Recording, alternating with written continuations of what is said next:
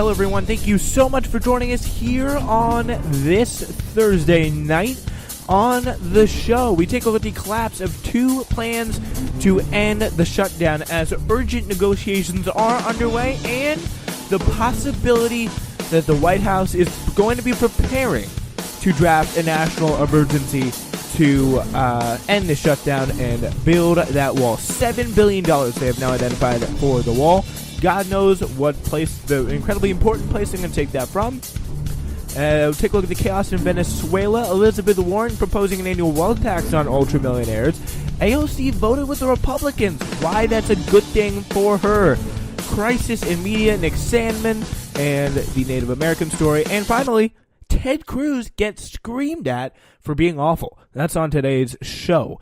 Finally, first though, we head to Washington, where a pair of measures to reopen the government, one with President Trump's border wall, one without it, failed in the Senate on Thursday, sending lawmakers from both parties into frenzied efforts to forge a compromise that could end the nearly 6-week partial shutdown. We're getting to a point where things are getting desperate.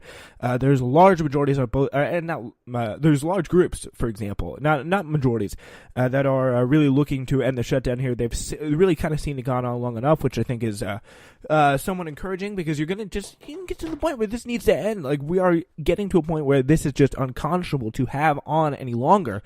In back-to-back votes, the Senate first blocked Trump's proposal to add $5.7 billion for his border wall to legislation to resume funding for the government. Then turned back a Democratic message that omitted the wall. Neither side was able to garner the 60 votes needed to advance the bill.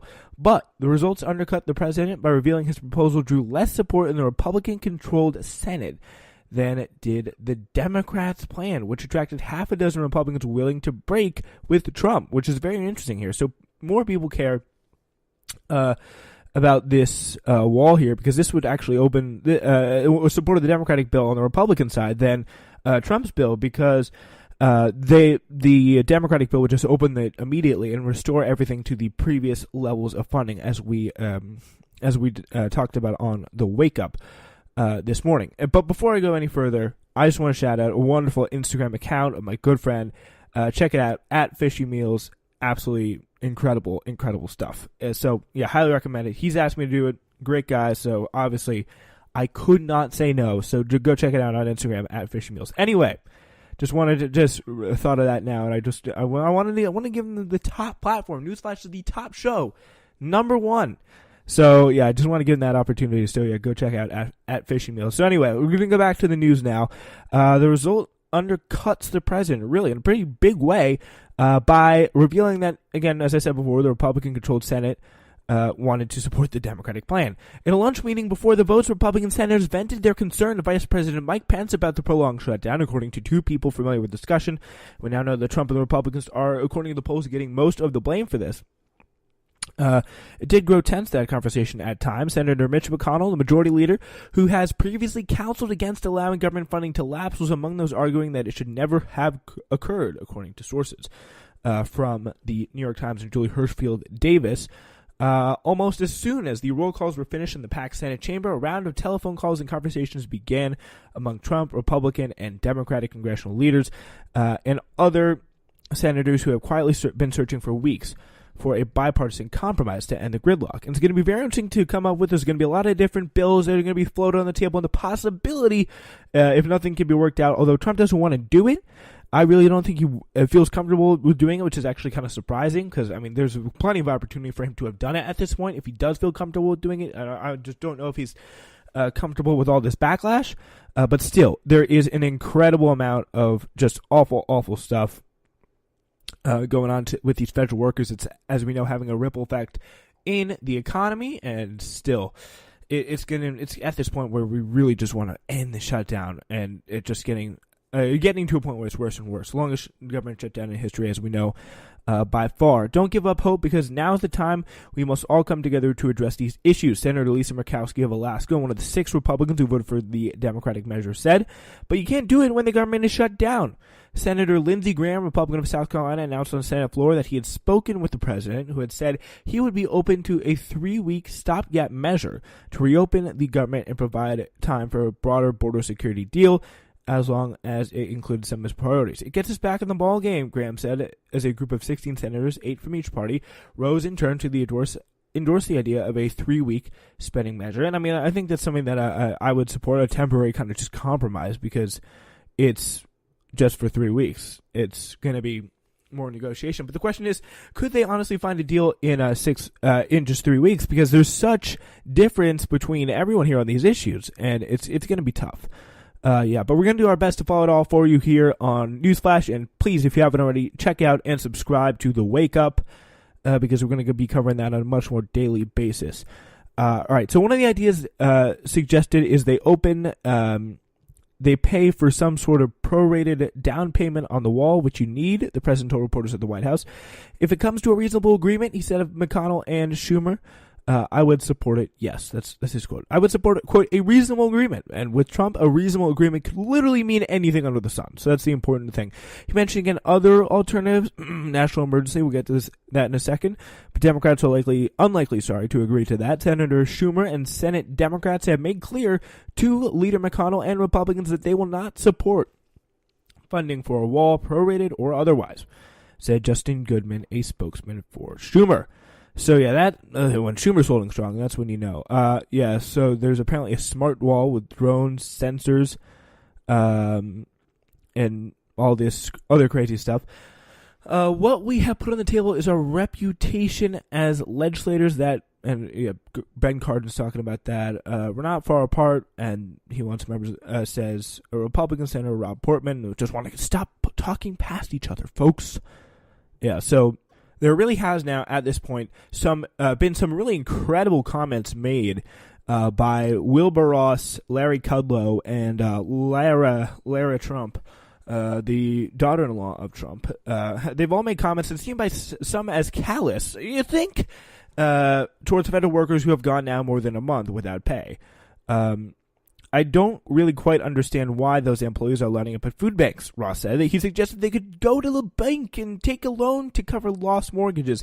By the way, he's one of the only guys who hasn't been tampered with from the he's one of the only guys who hasn't been tampered with from the Trump cabinet, because he sounds like literally he is about to die. It's pretty insane how bad he sounds. He's like, they just go to the food bank. Yeah, Democrats, obviously, they jumped on the comment saying, quote, is this the kind of let them eat cake kind of attitude? Pelosi said of Ross's confusion, or call your father for money. The second remark was a version of one she made to Trump in the Situation Room this month, when she tartly noted that people affected by the shutdown did not have the luxury of being able to depend financially on a parent, and got a good point there. A lot of people hurting and struggling over this, and it just shows you that Democrats right now are doing, I think, a very good thing in just pretty much ignoring the clown car that is the Donald Trump administration and White House, and focusing on, again, negotiating with Republicans who would be somewhat open to budging. Because, as we talked about this morning on the Wake Up, there was a huge cavalcade of conservative media crazies that went to the White House and just talked about Trump saying, he's never going to bend on the wall. We will have the wall. And just all that kind of crazy stuff that's never going to get us any closer to a shutdown, not in line with what the American people believe at all. And that is what we are seeing here. He thinks he's winning the fight for border security. He's not ever going to back down. He's going to keep pushing. He's been told by all these people he needs to keep pushing, but still, there are some people in the Republican Party who don't really care that much about immigration. They're not, I wouldn't say not as racist, but still, they have other more important priorities, and they're willing to kind of push and negotiate on this wall. And I think that's going to be, give some of it.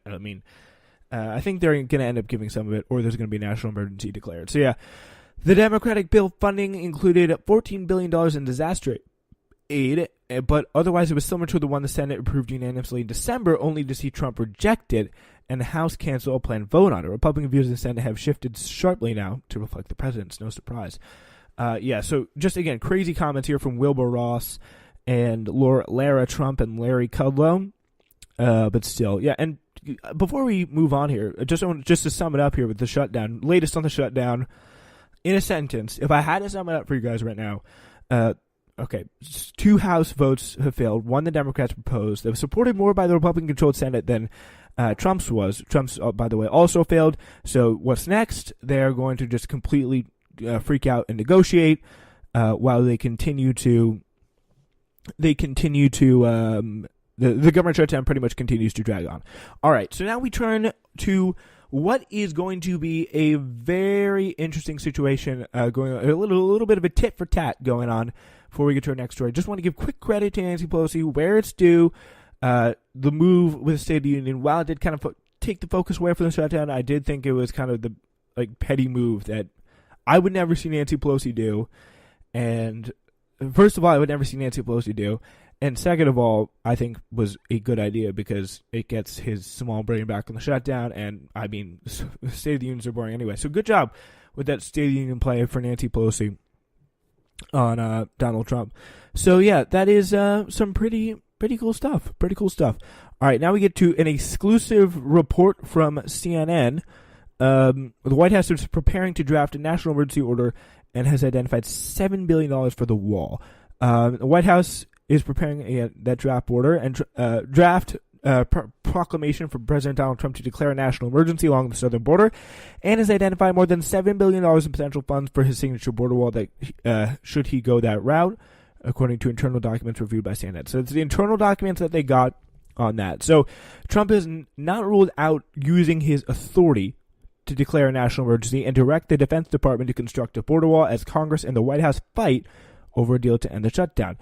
There are massive amounts of aliens who unlawfully enter the United States each day. It's a direct threat to the safety and security of our nation. It constitutes a national emergency. Again, there's little evidence that it could very easily, interestingly enough, be challenged in courts. But again, if it ever does get to the Supreme Court, we know how that's going to go. With now Brett Rapey Kavanaugh on the court there. That's kind of a very cleared up situation. Now, finally, it says, now, therefore, I, Donald J. Trump, by the authority vested in me by the Constitution and the laws of the United States of America. And then he said it's a law. Hereby declare a national emergency exists at the southern border of the United States. So he's going to build the wall if he does that. According to options being considered, the administration could pull $681 million from Treasury forfeiture funds, $3.6 billion in military construction, $3 billion in spending on civil works funds, and $200 million of DHS funds, which I don't know for sure, but I think that could be some areas of disaster relief. But that is, I don't know. We'll have to find out more about that. That's what they're trying to do. So, White House really not commenting on it. But the administration's plans acknowledge the possibility for lawsuits if they move forward with acquiring the private property that would be needed to build the wall. The documents also reflect a sense of urgency with administration plans, noting that environmental reviews could be skipped and DHS can use waivers to bypass contracting laws. So, yeah, pretty much this would be a situation if all hell breaks loose. Like, it's not good. Not good if this happens. And something that I really worry about is this happening because it pretty much allows not only for the wall to be built, but in the exact way the Donald Trump administration wants it, which is as soon as possible, within little as possible, environmental regulations, and as they just get to have free reign over the place and build their wall, which is like a double punch. So pray that they the reasonable people in the room could at least find some sort of a deal on the Republican side with Nancy Pelosi and her ilk before they get to declaring this national emergency, because that could be bad. That could be very, very bad, because they would just have free reign over the scenario. They'd pretty much be able to do anything they want. They could hire any of their best friends they want. They could contract Steve Mnuchin's best buddy. All the corruption go out the window. All the concerns over corruption, the oversight on this could really just go out the window under the pretext of a national emergency, which is something that I really, really, really do worry about. I think is pretty much an imminent threat if they do consider a national emergency. A lot of bad things could happen. People, normal people's land could just be trampled on. They could just buy it up real quick.